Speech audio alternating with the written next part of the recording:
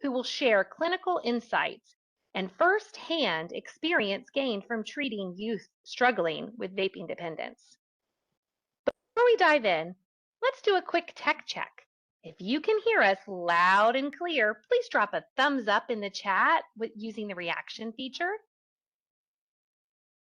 And to enable closed captions and translations, click on the CC button and select your preferred language. Hi guys, I see you. And if you're watching later, don't worry, we've got you covered. This session is being recorded and will be available on the OCPS Families YouTube channel. The link will be in the chat shortly. So be sure to subscribe and turn on your notifications so you never miss an update. If you subscribe today, you'll be notified as soon as this video is uploaded next week.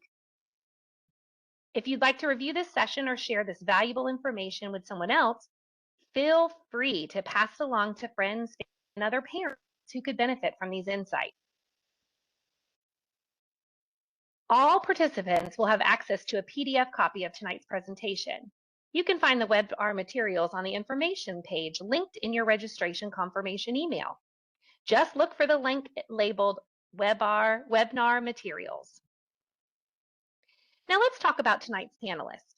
We are proud to present this workshop in collaboration with amazing representatives from Access and Opportunity and a very special guest. Wendy Lawhorn is a resource teacher with Access and Opportunity. Linda Childs, another resource teacher with Access and Opportunity. And Christopher Ludwig with Access and Opportunity, he's going to be supporting us in the chat. Our special guest is Dr. Lorna Gordon with Nemours, Chief of Adolescence Medicine. And Kara Collar with Nemours will also be supporting us in the chat. Our panelists will share extensive expertise in youth health, prevention strategies, and community wellness initiatives. This evening, they will provide an inside look at how OCPS is addressing vape use among students, including the tools and interventions being used to identify early warning signs and support prevention efforts across our schools. They will also share practical ways families can stay informed, recognize concerning behaviors, and engage in meaningful conversations at home. Their insight will help you better understand the current challenges, safeguards, and collaborative approaches being taken to protect the well-being of our students. All right, I'm going to hand it over to Wendy and her team. Good evening. This evening, our goal is to provide you with clear, accurate information about the dangers of vaping and how it affects the body. Vaping has become a significant concern in our district. Data from both the national and Florida youth tobacco surveys indicate that the rate of vaping among Florida's middle and high school students is higher than the national average. The purpose of tonight's session is to offer a general overview of Vaping 101 and to encourage you to have open conversations with your student about the risks associated with vaping. Chris will be monitoring the chat this evening and will be answering your questions throughout the session. Our contact information will also be available at the end to reach out directly with any individual needs. So the vaping epidemic and uncovering the truth and empowering action. The vaping epidemic continues to pose a serious threat to young people, making it essential for parents, educators, and community leaders to understand the facts and take informed action. This guide shines a light on the deceptive marketing, evolving products, and hidden health risks that often go unnoticed by the very adults responsible for youth well-being. By uncovering the truth about how vaping impacts physical and mental health, this resource empowers communities to start meaningful conversations, implementing preventive strategies, and create supportive environments that encourage healthier choices. When adults work together, armed with knowledge and a commitment to action, they can play a powerful role in protecting today's youth and shaping a safer and healthier future. A new generation of nicotine delivery. Many parents don't realize that a single vape pod can pack a much heavier punch than a traditional pack of cigarettes. While a smoker absorbs nicotine one puff at a time over the course of a day, a young person using an e-cigarette can inhale a massive amount of nicotine in a much shorter window. Because vapes are easy to hide and can be used continuously without the obvious smell of smoke, it is incredibly easy for a person to consume more nicotine than they ever would have by smoking. In simple terms, puffing on one tiny vape pod can deliver as much nicotine to the brain as smoking two entire packs of cigarettes. So the myth is that it's just water and it's not harmless. E-liquid is primarily composed of propylene glycol and vegetable glycerin. Propylene glycol is a synthetic colorless and odorless liquid that aids in vapor production and is commonly found in food, cosmetics, and even antifreeze. Vegetable glycerin is added to the mixture to provide thickness and a slight sweetness to the resulting vapor. Beyond these base ingredients, e-liquids often contain various additives. When heated, some of these components can transform into harmless substances, such as formaldehyde or heavy metals. While often marketed as a safer alternative to traditional cigarettes, vape pens can deliver high concentrations of nicotine and expose users to toxic chemicals that may negatively impact the lung, heart, and brain development, particularly in our youth. Vaping can harm every organ in the body. Vaping harms nearly every organ in the body. Nicotine has significant effects on the developing brain, particularly in teens and young adults. It alters brain chemistry in ways that can interfere with memory, attention, and learning. Because the adolescent brain is still developing, nicotine also increases the risk of addiction, making it harder to quit and raising the likelihood of transitioning to other substances. Vaping also affects the lungs by introducing chemicals that can irritate and inflame lung tissue. These substances may lead to bronchial irritation, coughing, and a higher risk of conditions like EVALI and popcorn lung. Additionally, nicotine in vape products strains the cardiovascular system by raising heart rate and blood pressure.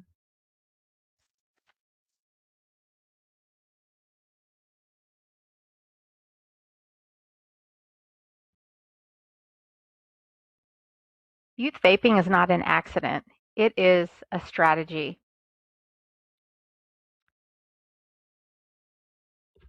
Teen vaping is often the result of deliberate marketing and product design strategies rather than an accidental use.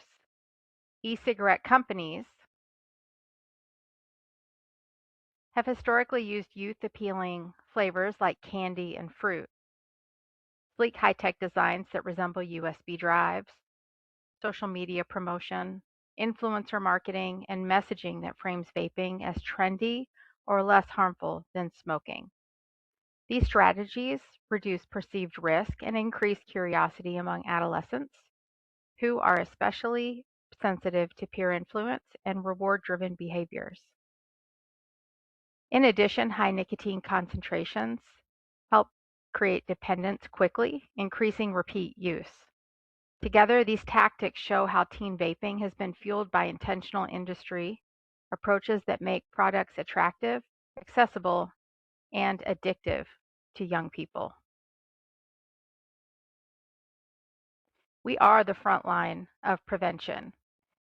Nearly 60% of parents are unaware that their child has tried vaping, and only about 40% of those parents report that they've had a direct conversation with their child about e-cigarette use. This communication gap is concerning, especially given how easily vaping devices can be concealed and how discreet their water vapor can appear. Without open and ongoing discussions, teens may rely on misinformation from peers or social media, where vaping is often portrayed as harmless or socially acceptable. Research shows that teens who regularly talk with their parents about vaping, specifically about health risks, addiction, and social pressures, are approximately 50% less likely to initiate use, underscoring the protective effect of consistent, informed conversations. We have shared some conversation starter cards in the chat, or will be sharing, and they'll also be available on our resource page.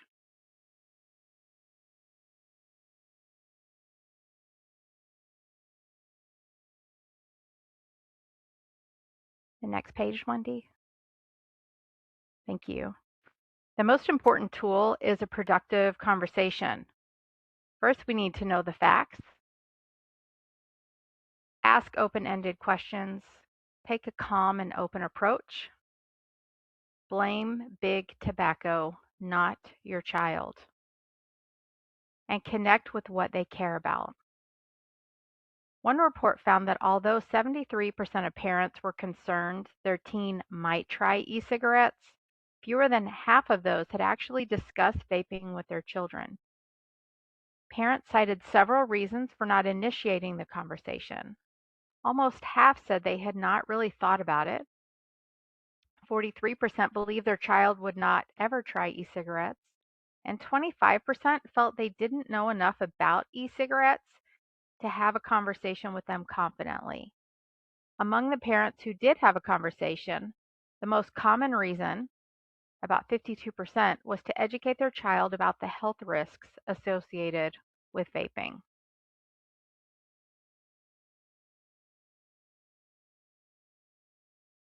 So OCPS is focusing on prevention, education, and awareness to empower vape-free schools and communities. Access and Opportunity is committed to supporting our students and families through a variety of initiatives. Our efforts include hosting Parent Academy, Learn Where You Live live sessions to provide valuable resources right in your community. We have engaged students with an anti-vaping slogan contest and are in the process of putting together a social media campaign to promote healthy choices. Our team is also visiting schools so they can also take the anti-vaping pledge to live vape-free. In addition, we offer presentations and resources for parents, teachers, and students to ensure everyone has the tools they need to make for informed decisions and to stay safe.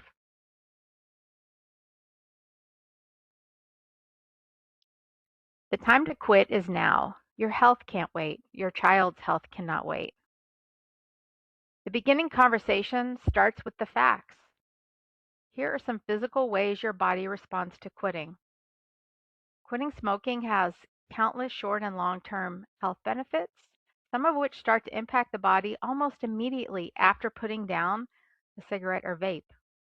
Just 20 minutes after quitting, the heart and blood pressure begin to drop. 24 hours after stopping, nicotine levels in your blood drop to 0. Within several days, carbon monoxide levels will be the same as a non-smoker. After 2 weeks, circulation and lung functionality improve, and after 1 year, the risk of coronary heart disease and heart attack is reduced. After 10 years, the risk of dying from lung cancer is 50% less compared to a non-smoker or to a current smoker.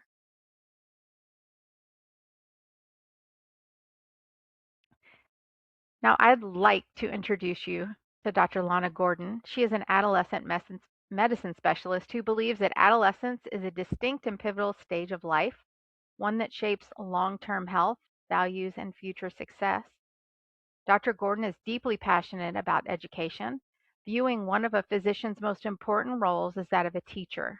She finds great fulfillment in helping adolescents understand their health and empowering them to make informed choices, while also mentoring medical students and engaging in community outreach. I'd like to introduce you to Dr. Lana Gordon. Good evening, everyone. Thank you so much for the great introduction. So excited to be here. Just going to take a moment and share some slides with you, and hopefully we'll have a good amount of time for questions towards the end.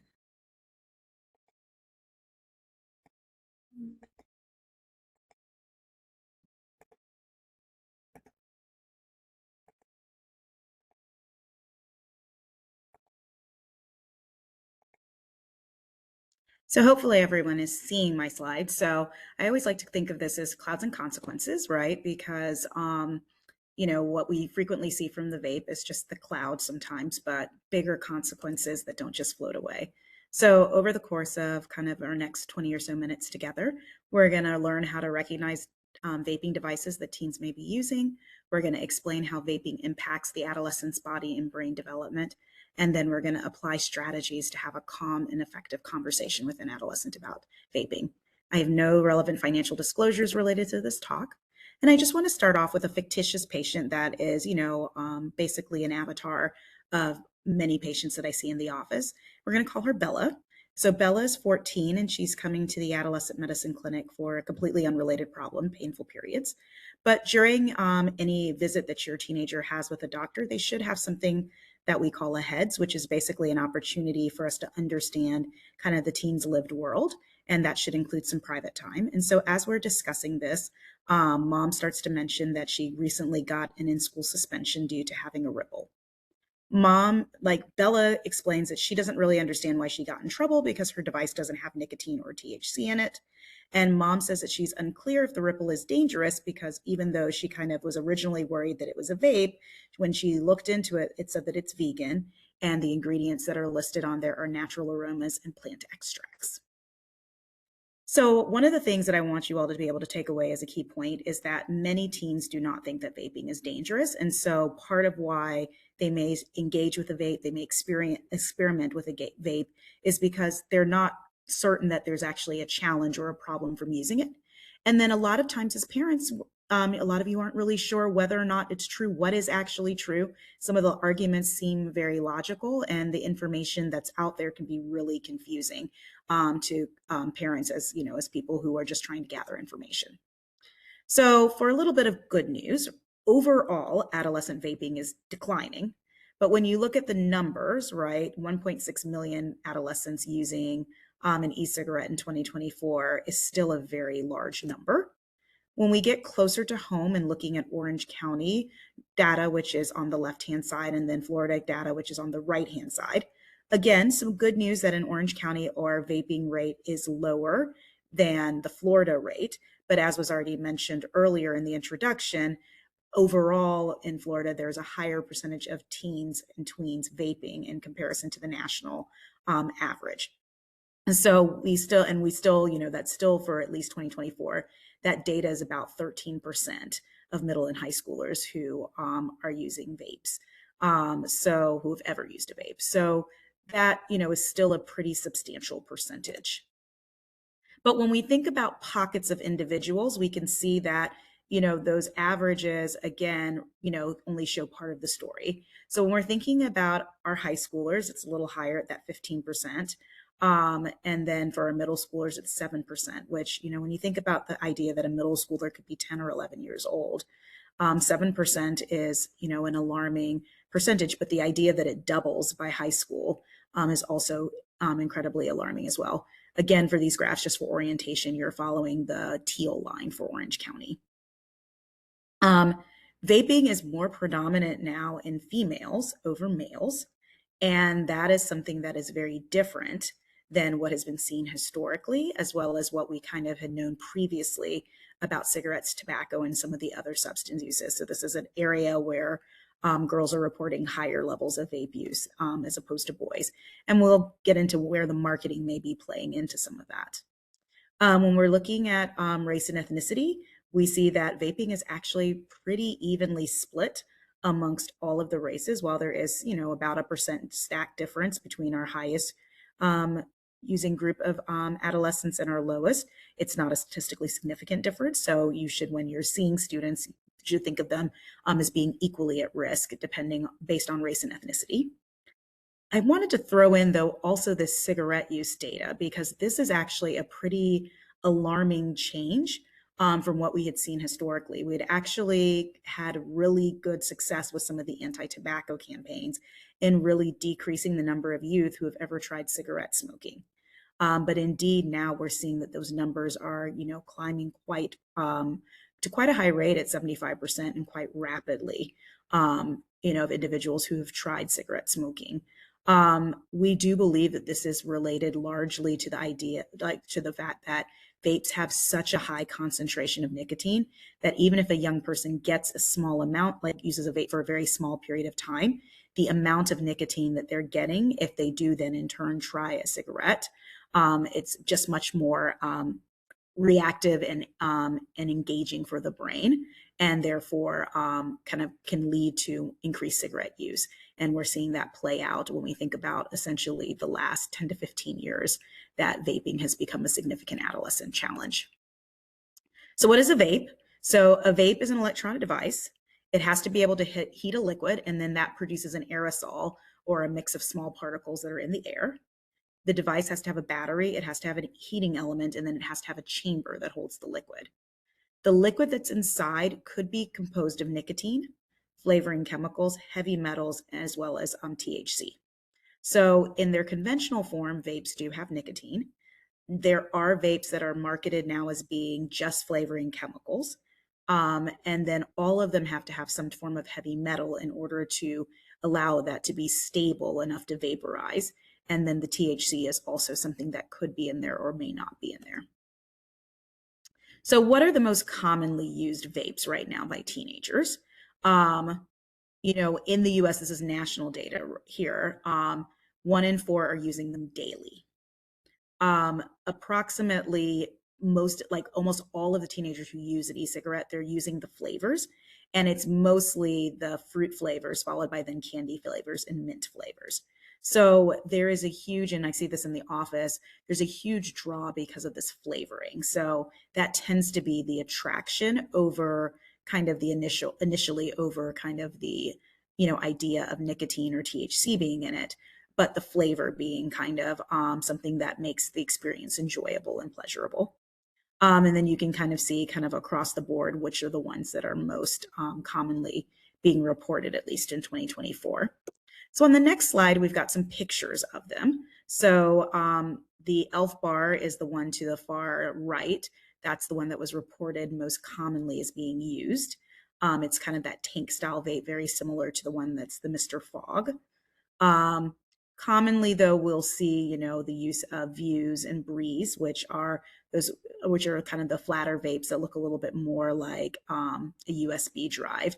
And then you can kind of see next to the ELF bar, the Ripple, which was the one that our hypothetical adolescent had gotten caught with at school. Juul is, though, by far the most popular one in terms of kind of the teen appeal, kind of that kind of allowed us to kind of have some understanding. And it is the prototype that many of the other manufacturers started to kind of follow in order to create products that were readily marketed to teens and young adults. As you can kind of see from, you know, this advertisement that, you know, was out several years ago, the idea of the bright colors, someone who looks youthful, someone who at the time when this ad was running probably looked a little bit cool in terms of their style and fashion.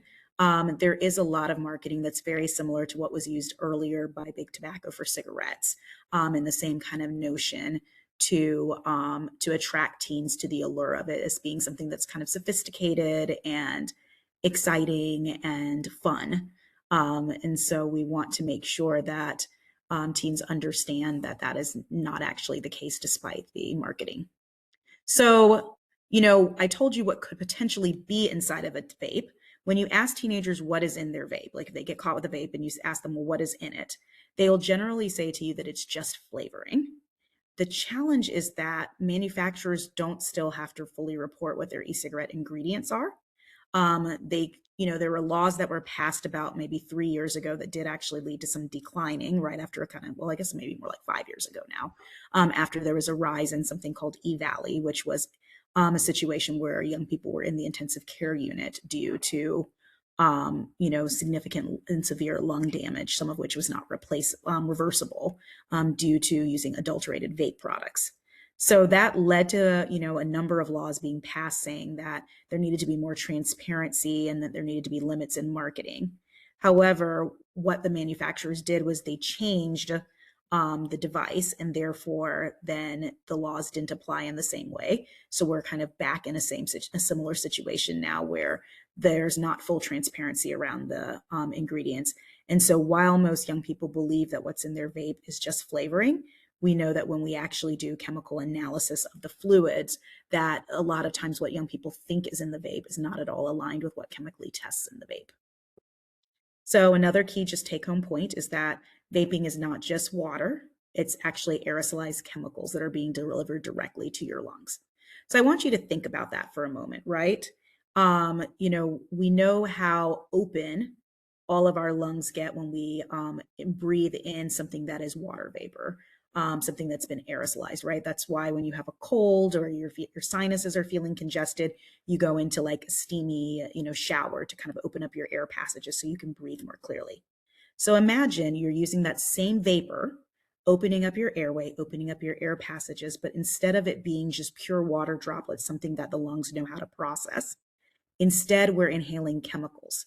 Think about how you feel when you just walk into a room where there was some chemicals, maybe some very strong perfume or some very strong cleaning supply, and how then your lungs get irritated and you start coughing. Now, that's essentially what's happening, but at very concentrated doses inside of the lung of anybody who's vaping. And that's why even if it is just quote unquote flavoring, that is highly concerning and highly irritating to the lungs. So why do teens vape? I think that, a lot of times people or adults will think that the reason why a teen is vaping is to look cool, because all of their friends are doing it. But the data, shows otherwise. So this data is getting, a bit old now, but, it kind of pans out to what I still see in clinical practice. And I like it because what it kind of shows is that when you look at how many people are saying that they're using illicit drugs. So when you kind of ask them, are you using an illicit drug? They say yes. When you ask people, how many of you are using alcohol? Again, and they say yes. And you look at how many people are experiencing major depression, major depressive episode in the last year. Yes. It's all about the same number of people. And that data still proves true and holds true even today. And so what that tells us is that there is a strong association between substance use and mental health. And that is what, definitely I see clinically as well. When a young person tells me that they are using a substance, I usually am on very heightened alert for something that is a psychosocial stressor, something that is a mental health stressor, something that's going on in their life that really has them feeling overwhelmed, because that is usually at the crux of why they're using that substance, even if it's not something that they are able to kind of correlate or pinpoint or link together as easily. So when teens do tell us that why they're vaping, the biggest reason they say is stress regulation. So whenever a teen, discloses to me that they are vaping, I tell them, thank you for being, honest and for sharing this information with me. And then I just ask them why. And they're a little taken aback by that question of why, because what they're expecting me to immediately tell them is that they shouldn't be doing it. And don't you know that that's bad for you? And we will get to that space. However, what I want to first understand is why, because understanding why is key to helping change behavior. So the most common reason that they tell me is that they're trying to regulate stress. There's something in their life that feels overwhelming. They're not sure how to manage it, and it provides a way to just kind of escape or experience something that's pleasurable. The next reason is curiosity, right? That, they've heard some things about it, they've seen some things about it. Maybe they know someone who is using a vape and they're just curious, or maybe they just want to know what it's like. The next thing are the flavors. So, teens love, things that are flavorful. And so as a result, they sometimes want to just experience the flavors, try different flavors. And so that's a curiosity factor. There is the belief that they are safer than cigarettes. Vapes were initially marketed in that way. And so there is a lot of, kind of old literature, old belief systems, even amongst young adults or adults that may be in their lives, that the idea of that using a vape is safer than cigarettes because it's not burning anything. Social belonging certainly can always be a part of why a teen is doing something. And then finally, vaping feels less threatening and maybe less socially taboo still than smoking cigarettes. It's easier to conceal because of the lack of smell. But the adolescent brain is uniquely vulnerable to the impact of using any kind of substance, mood-enhancing substance, particularly nicotine, as well as marijuana, which can be inside of the vape pens. And that's because of uniquely what's happening in the teen brain. So in the teen brain, we have an overdevelopment of the amygdala. The amygdala is our emotional core. That's why when teens experience anything, it's the best or the worst ever, right? And that's why kind of sometimes it feels very dramatic to us as adults when they describe situations, because to us as adults with a more developed prefrontal cortex, what's happening doesn't feel like it should have this level of emotional buy-in. But for teens, it does. And that makes teens more impulsive and allows them to have kind of really strong reactions to it. That's aligned with the area right next to the amygdala called the ventral striatum. And that's our reward center. So in a teenager, it's not fully developed, which means that teens more excitedly experience reward than consequence. So when something good happens, it lights up that area 10 to 15 times heavier than if something negative happens, which means that teens don't learn from bad experiences as quickly as we would hope that they would as adults, or as we do as an adult. And then additionally, their brain is seeking that reward at a much more heightened way than it would be in an adult. And then the amygdala reinforces that. So when they have something that to an adult might feel like a meh kind of reward, to a teen brain, that feels like the most amazing award ever. So the parts, then you combine that with a parietal lobe that is not processing of information effectively. So for instance, the euphoria may feel overstimulating, and then kind of the crash or the headache or the irritability might not, might come in a delay in a way that the adolescent is not able to put together that, oh, that crash and that irritability was associated with this thing that I chose to use, this substance, and therefore this probably is not a great choice. And then the prefrontal cortex, which helps with our executive functioning, our planning. It's very immature, and so more likely to kind of, not understand why consequences were related to actions, why maybe I shouldn't do this because I don't want to experience the consequences. And then the hippocampus, which is the hub of memory and learning, it's still growing, which means that, again, kind of cause, effect, consequence, reward, kind of causation and association just take a really long time to be ingrained, which is why we frequently see that adolescents will do the same thing over and over again, expecting to get a different result or being very surprised that the same negative consequence comes from doing it. So again, when you have that higher reward sensitivity, it means that addiction risk goes way up, because essentially it just takes a little to get the brain looking for that next rush. And then it takes more and more to continue to sustain that rush. And so adolescent brains are seeking thrills. It's still growing and developing, so you can stunt that growth. It's very vulnerable to impulse. There's a lack of ability to recognize consequences. There's worsened mental health outcomes because, again, everything that happens is either the absolute best or the absolute worst. And even intermittent use is dangerous. So a lot of times adolescents say to me, well, I only do this once a week, or I only do this a couple of times a month. And that, makes them feel like this could be less of a problem. But unfortunately, because of how the brain is set up, intermittent use is still incredibly dangerous and has incredibly negative impacts on the brain. So how does nicotine affect the body? It affects every single organ system, but it really does a number on the lungs by causing like spasms in there. That's what the coughing fits that come a lot of times from nicotine. It really upsets the GI tract, causing upset stomach, diarrhea, heartburn, nausea. It really impacts the blood vessels, hardening them, increasing the heart rate, increasing blood pressure, increasing your risk of heart disease as time goes on. It makes the people more irritable. It disrupts sleep. It causes abnormal dreams. It causes dizziness. And then it causes inflammation. So that can mean that, joints are really painful and swollen, and also that we have increased risk of diabetes because of that. Coming off of nicotine also causes some withdrawal symptoms. And I point out these symptoms not because I don't want someone to come off of nicotine, but because I want you as a parent or a young person to be able to recognize that these may be symptoms that we're having. So, some of the first things that happen are cravings for nicotine. And then after that, some increase in appetite, some really bad headaches, some restlessness and fatigue, GI symptoms like constipation, and some anxiety. But the great news is that really, if we can get through kind of 2 weeks, then the symptoms really do start to go away considerably. And by 2 months down the road, usually there's not, really any lingering effects from the nicotine. And so this is actually, in terms of substances, one that, adolescents can definitely come off of and continue to live very productive lives. But they do need support sometimes to get through those symptoms, and just, good things as parents to recognize, so that you can identify if maybe your young person is experiencing some withdrawal. So what about this idea that it's just flavoring? It's, that there's no nicotine in there. Well, the biggest problem with the flavoring is that it has to have a compound in it called diacetyl.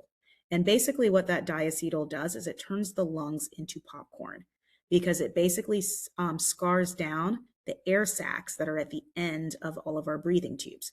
So those air sacs are supposed to be able to pop open and pop close really, really effectively. But instead they pop open, they get scarred, and then they don't close back down, which means that basically you can't inhale air. Air just gets trapped in the lung. And then the lungs are just full of all of these little air sacs that don't move. And we call that phenomena popcorn lung. Popcorn lung is what leads to kind of that E-valley or electronic vapor associated lung injury, which is actually something that cannot reverse and requires a lung transplant in order to have breathing lungs again. So marijuana, THC, right? I find a lot of young people don't understand that that marijuana has significant impact on the body, and that all of those things are not good. So irritation to the lungs, because again, anything that goes into the lungs is irritating. That's a chemical. But also, again, accelerating the heartbeat, causing challenges with memory and reaction time. These are actually some of the biggest issues with marijuana. Marijuana really damages the front part of the brain that works for planning, works for attention, works for understanding kind of consequences. And so that is a big issue for adolescents who are using marijuana. They just lose their motivation to get anything done, and to plan for their future anymore, and to want to have, additional kind of rewards in their future. So that's kind of one of the biggest challenges of the use of marijuana. But certainly there can also be withdrawal symptoms. There can also be GI symptoms as well. A lot of vomiting and GI upset is another big issue. So someone who smokes 5 to 7 days per week or more, times in a week is more than 2,500 times more likely than someone who did not to have change to their white matter in their brain, which is what's kind of associated, and those changes are associated with impulsivity. The younger you start using marijuana, the more amplified the brain effects are. Adolescents are much more likely to become addicted to marijuana, even in low levels. We see, so just 1 or 2 joints ever, we see permanent brain changes in adolescents. So key takeaway point there is that nicotine and marijuana don't just create addiction. If that was all it did, that would be something that we could work around. It actually rewires the attention and mood regulation and stress responses of the brain. So the brain is changed by the use of those substances. So what can you do as a parent? So first of all, we want to start early and we want to stay curious. So a lot of times parents don't want to have conversations with their young people about, or their children about substances, because they're worried that they may introduce the idea. You will not introduce the idea about anything that is risky to a teenager by asking them a question about it. So you want to start early. I'm saying as early as 9 or 10. To ask just, what have you heard about vaping? Do you know anybody who vapes? Have you seen anybody vape? Because you'd be very surprised how early children know about vaping. You want to set the expectation that you do not want your young person to vape. You think that it's a bad idea. It damages their lungs. That is not something that you consider acceptable within your family structure and system. And explain why. You want to spend time with the friends of the parents and of the adolescents that you're in. You want to have conversations with them and their friends. You want to learn about their interests, because the more that you can kind of have connected conversations with a young person, the more likely they are to share questions with you when they're curious about things. They're more likely to tell you what's going on with friends. It allows you to kind of be able to make sure that that their friends' parents and you all have similar values, so they're getting the same messages. in both places. You want to focus on brain and mood over just like the body stuff. Adolescents believe that their body is invincible and that their body will not be impacted. And so by being able to focus on kind of how it impacts their brain's ability to grow, to make adult decisions, and to kind of regulate their emotions and moods, those are things that teens do care about. Teens care about their future, they care about their independence. And so showing how vaping and the use of nicotine or marijuana can impact that is highly valuable to teens and impactful. You want to limit disposable income. So the more, we live in a world where teens do not need a lot of cash.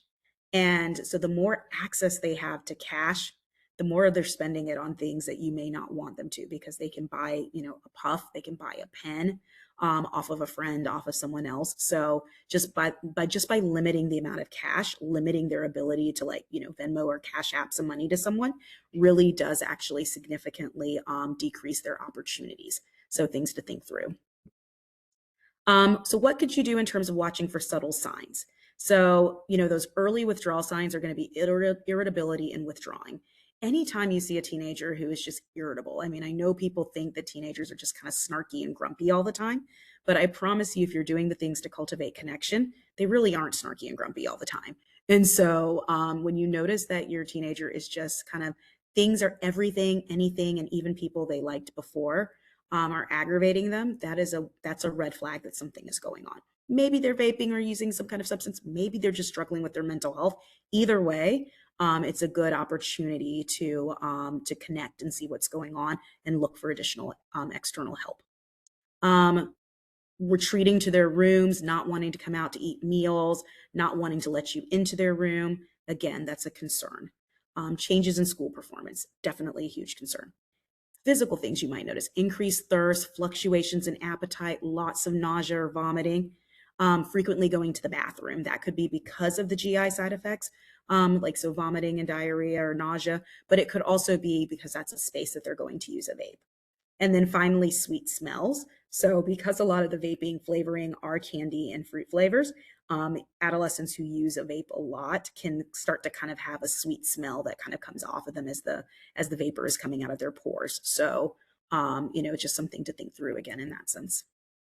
So what do you do if you discover that your young person is vaping? You want to make sure that you're leading with curiosity, because I really like what was said earlier about recognizing that the adolescent is not the enemy. Big tobacco is. You care about your young person. You want to support them. You want to be able to get them help. So you want to know, when did this start? Just, just so you have very concrete evidence around, like, how long has this been going on? Because it gives you a sense of, would there be maybe withdrawal symptoms? Asking them what they like about vaping. That can be hard to hear sometimes as a parent, but it's important to understand, because again, you have to understand motivation to then be able to change it. Where are they getting their vaping devices or cartridges? And that's also thinking just about safety. Some of the products that young people just kind of buy, from places that, are not, kind of direct to consumer product places, could be what we call adulterated or modified in ways that could have additional things that could cause additional harm. Asking them, have they tried to quit? So often when you ask a young person, have they tried to quit, or a parent just keeps on punishing a young person because they, found out again that they were vaping, or they caught them. Sometimes that young person is addicted. So they've tried to quit and they feel terrible, and no one has asked them if they tried to quit. And so therefore and realize that they were unsuccessful. The kid feels bad because they were unsuccessful. They feel judged. And then on top of that, they are actually having medical symptoms that they need some help to support. And then finally asking, do you want help to quit?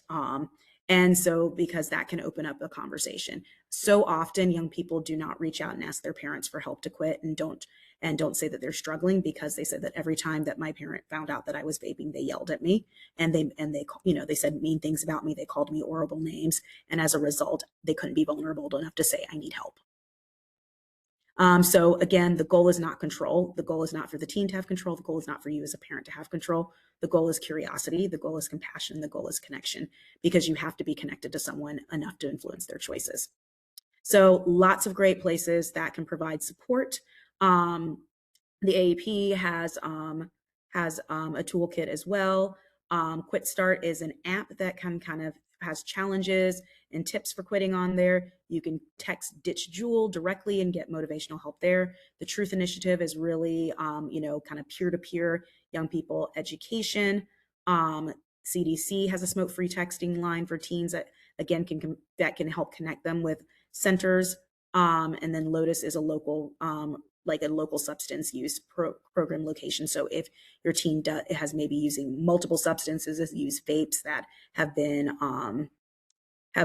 adulterated with other substances, Lotus provides resources for detox and things like that may be needed if your young person is experiencing very strong withdrawal symptoms.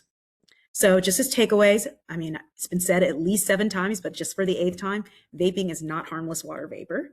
Vapes are designed to be discreet and they're designed to be addictive. The adolescent brain is particularly vulnerable to vaping and its addictiveness. Vaping is not about rebellion, it's about stress relief and social connection. And so we need to provide alternatives to that. And connection and communication protects more than control in keeping your kid vape free. So with that being said, hopefully we have some time for some engaging questions.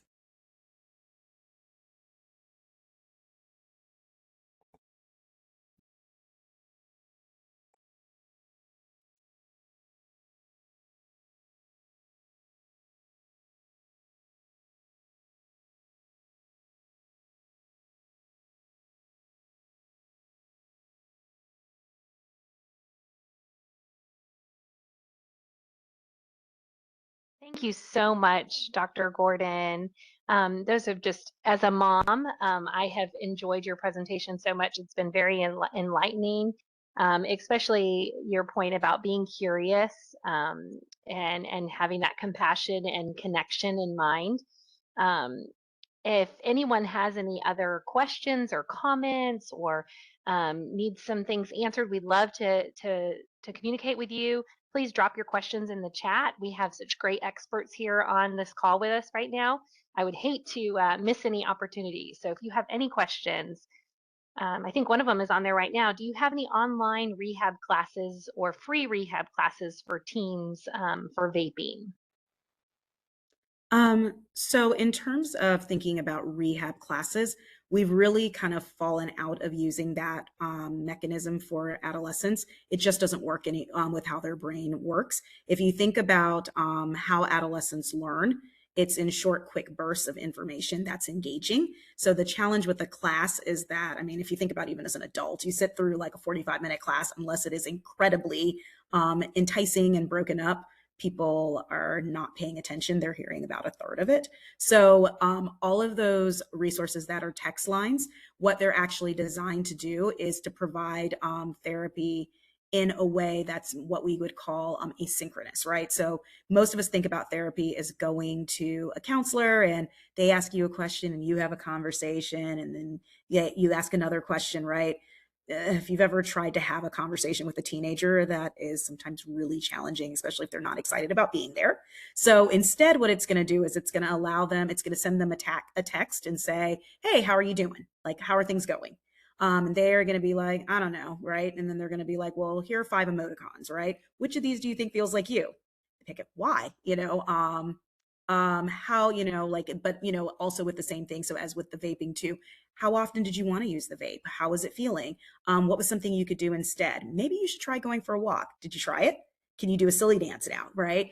So things that essentially keep them going and kind of will keep them engaged, and they can engage with as they're interested in, as opposed to you have to be in this space for 30 minutes or 45 minutes to listen to this. Yeah, I agree. It's all about that connection. And like you said, curious. I know that we've had a couple questions in the chat. If this is going to be recorded, and yes, it is being recorded, and it will be available on our Parent Academy YouTube channel. I have dropped some of those links in the chat. It give us about a day or two, and we'll be adding those to them. And then if someone from Access and Opportunity wants to share, I know one of the other questions is there going to be more sessions or opportunities on vaping? If you guys want to share what you guys have planned. Oh, Christopher did in the chat. So looking ahead, this is perfect timing. We do have 4 in-person parent academies. The first one is next Tuesday, March 3rd at Corner Lake Middle School, March 10th, they're all on Tuesdays, at Memorial Middle School. That next week is spring break, so we won't have any then, but March 24th will be at Piedmont Lakes Middle School, and then March 31st will be at Roberto Clemente Middle School.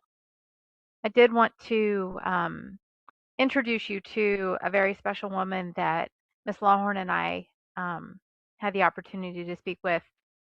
Candace McKnight is a parent of an Orange County public school graduate.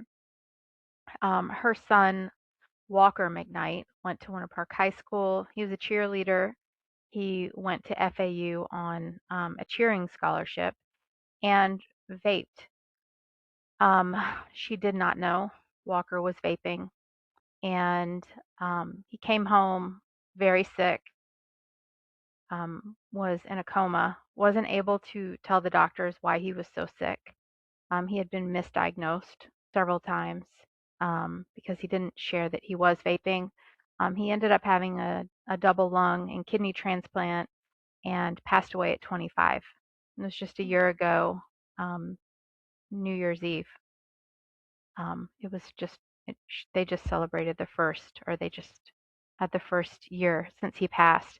Mrs. McKnight is passionate about sharing her story and talking about how she missed all of the signs. She did not know what carts look like. She didn't know what the paraphernalia looked like.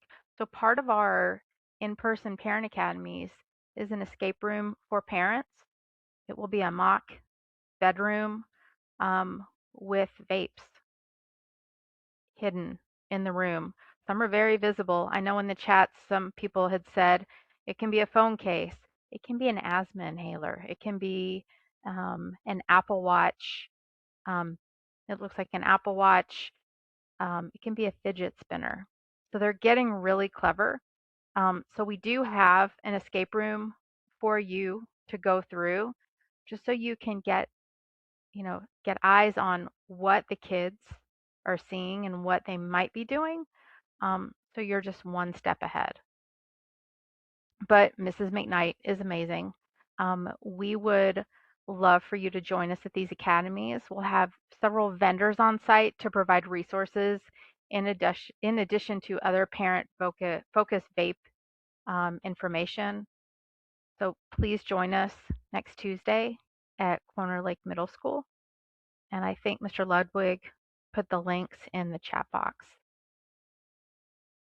Our last slide of the night is resources. Dr. Gordon shared some. You can call or text or click.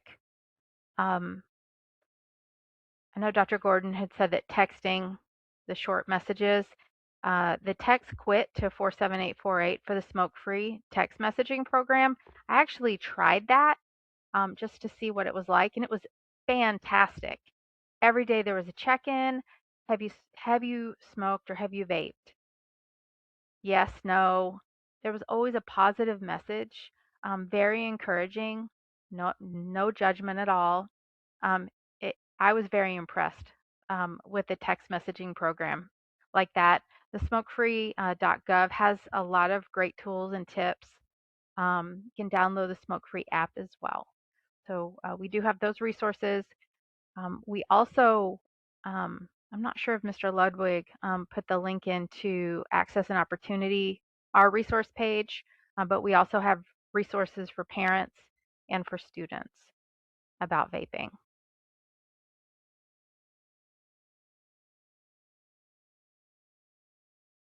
So much for sharing. Thank you, Dr. Gordon, for being here tonight. Thank you, families, for spending your evening with us. Your engagement means everything, and we're honored to be a part of your journey. Until next time, let's keep advocating, keep learning, and keep showing up for your kids. Have a wonderful evening.